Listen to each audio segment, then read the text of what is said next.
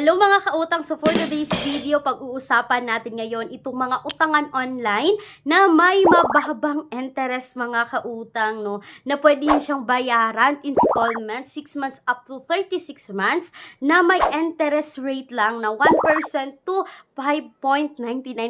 So kung i-compare natin ito sa mga loan app talaga mga kautang, is maganda itong mga babanggitin ko sa inyo na tiyak makakatulong sa inyo kung kayo ay naghahanap talaga ng pangmalakihan, kasi itong utangan ito is nag-o-offer up to 2 million pesos. Kaya mga kautang, just keep on watching kasi alam ko na isa kayo sa pwedeng ma-qualified sa pag-utang dito. So bago tayo magsimula dito mga kautang, kung kayo ay naghahanap ng pangmadalian, no, na isang valid ID lang, pwede nyo kayong umutang, hindi na kailangan mag-install at mag-download, direct website yung pag-apply, is meron tayo dyan na mga tested nga loan apps na ilagay ko sa description box or sa pen comment section ng video na ito. I-visit nyo lang mamaya mga kautang, manood ka muna dito kasi alam ko na makakatulong ito sa'yo. So mga kautang, hindi na natin to patatagalin pa, pag-uusapan agad natin ngayon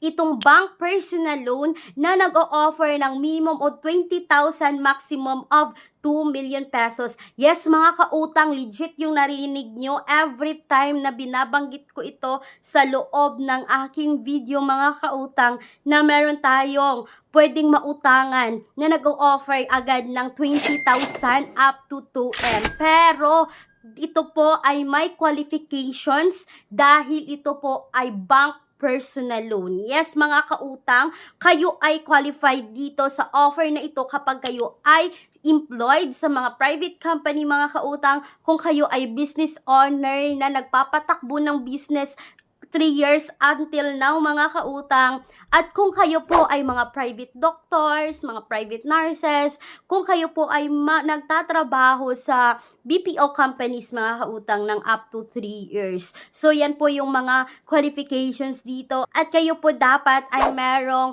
latest 1 month payslip mga kautang, may certificate of employment, at kayo ay merong pong company ID. So, kayo po ay pwedeng qualified dito sa bank personal loan na sinasabi ko. Yung interest rate dito ay nasa 1.49% to 1.99%. So, nakadepende po ito sa loan amount at sa loan term nyo. At itong interest na ito mga kautang is nakadepende rin ito sa monthly income ninyo. So, may qualifications din pagdating sa monthly income na dapat meron po tayong 20,000 up na monthly income dito sa bank personal loan na ito. At mga kautang, no, itong bank personal loan na ito ay talaga ang dami nang na-approve dito. So, kung kayo dyan ay meron kayo lahat ng mga sinabi ko mga requirements, is you can email me directly mga kautang, no? clariza@gmail.com. At hindi lang yan, ito pa, may mga utangan pa rin na tiyak na makakatulong sa atin, lalong-lalo na si GCash.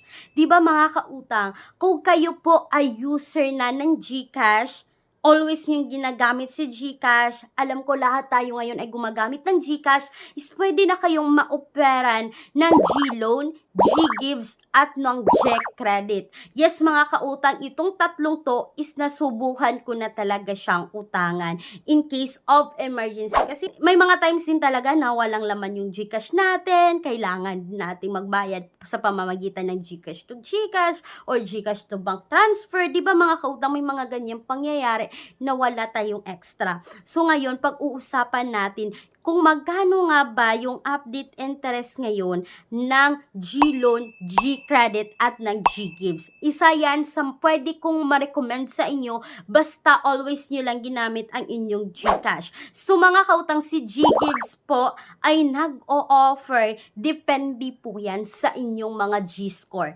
Makikita niya naman natin mga kautang yung ating G-score sa loob ng GCash rin. So you can explore, hanapin nyo dyan mga kautang, makikita nyo sa profile yung inyong G-score sa hindi pa nakakaalam, no? So, si GCash mga kautang, yung pinakauna-una talaga niyang i-offer sa atin, yung G-loan. Pagkatapos ng G-loan is yung G-credit at then yung G-gives. So, ito na nga mga kautang, no? Sa G-loan ko kay GCash, yung aking experience dito, yung offer niya sa akin is 1,000 muna sa unang hiram na may interest rate na 1.59% to 6.99%. At ito lang mga kautang, no, si G-loan ay iba-iba yung interest rate na ibibigay niya sa bawat borrower. So, nasa 1.59 to 6.99%, pero nakadepende po yan, di ba? Kasi yung sa akin mga kautang is medyo mataas yung interest kasi nakuha ko po yung 6.99% na max ko talaga siya sa first time gamit ko dito kay G-loan. At ito po ay installment mga kautang, sa loob po yan ng 6 months, every month kayo magbayad kay G-loan. At dito naman mga kautang sa G-credit na sabi ko kanina is meron po silang 5% per month na interest dito. At yes mga kautang, no, maganda rin si G-credit kasi first offer niya sa akin is 1,000 pesos na pwede mo siyang i-grocery magkakautang, na pwede kayong magbayad, no, kung kayo ay nasa mall, tas wala kayong cash, pwede niyong gamitin yung inyong G-credit. At ito rin mga kautang, no, si G-gives ay pwede rin mga kautang. Yung sa akin, yung ginamit ko sa G-gives ay nang bili ko ng grocery mga kautang is pwede rin naman. Meron siyang 0% to 5.49%. Yun nga sa akin, first time ko dito kay G-gives is na max ko rin yung interest nila na 5.49%. Pero alam ko mga kautang kasi ang dami ko nang narinig na bababa yung interest nyo dito, no, kay G-loan, G-give at yung kay G-credit kapag kayo ay repeat loaner na talaga dito. At hindi lang yan mga kautang, dahil pag-uusapan din natin ngayon yung CIMB Bank Personal Loan at yung kanyang Revi Credit.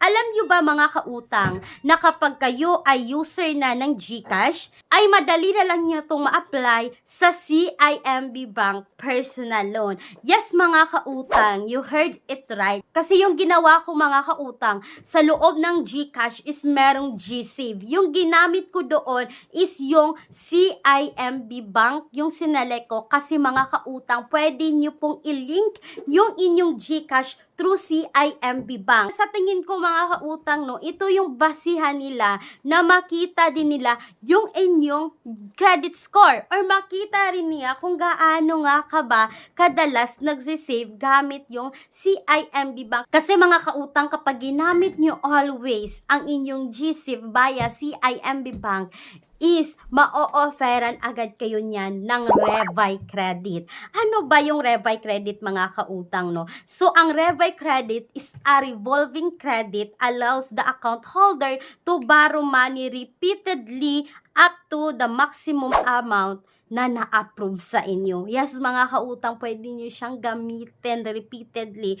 At yung offer ng Revi Credit, mga kautang, is 1,000 up to 250,000 pesos. Yes, mga kautang, pwede nyo siyang gamitin na i-balance transfer, convert to cash, convert to term loan, at pwede niyo siya rin gamitin na pangbayad sa mga binibili niyo through shopping. At hindi lang yan mga kautang, dahil si CIMB Bank is my personal loan na nag-o-offer ng 30,000 up to 1 million pesos. Yes, mga kautang, legit na offer ito ng CIMB Bank na pwede niyo siyang bayaran 12 months up to 60 months mga kautang. At ang interest rate niya ay nasa 1.12% to 1.95% na may correspond to annual contractual rate na 24%, 30% up to 36% mga kautang. So, itong mga nabanggit ko sa inyo, no,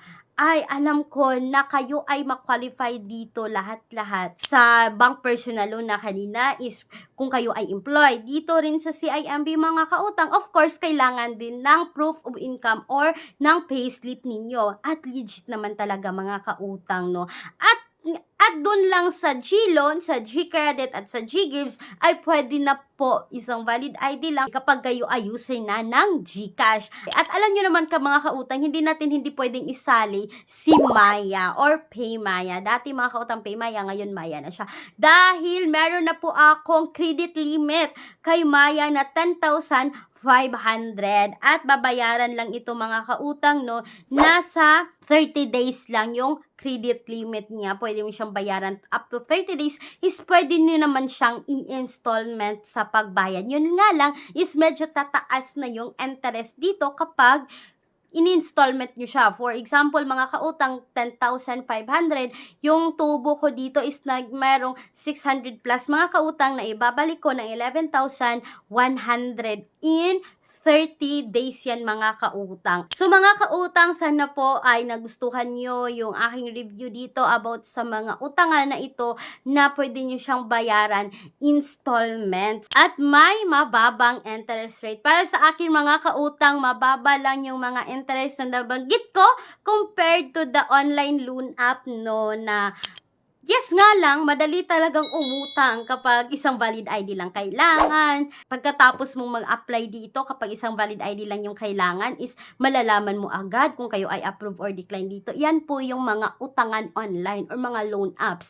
Itong nabanggit ko sa inyo is hindi po ito mga loan app, but pwede kayong mag-apply through online, no? Iba yung mga utangan online na mga online loan apps at iba rin itong mga nabanggit ko. Pero parang magkapareha lang kasi nga pwede kayong mag-apply through online. Gamit lang din yung mga phone ninyo. Kaya high technology na talaga ang panahon ngayon mga kautang. So sana po ay nagustuhan nyo ang video ko at sana po ay nakatulong ito sa inyo. So mga kautang, that's all for today's video. Once again, this is Clarice, ang inyong number 1 palautang dahil utang is life. Bye bye bye mga kautang!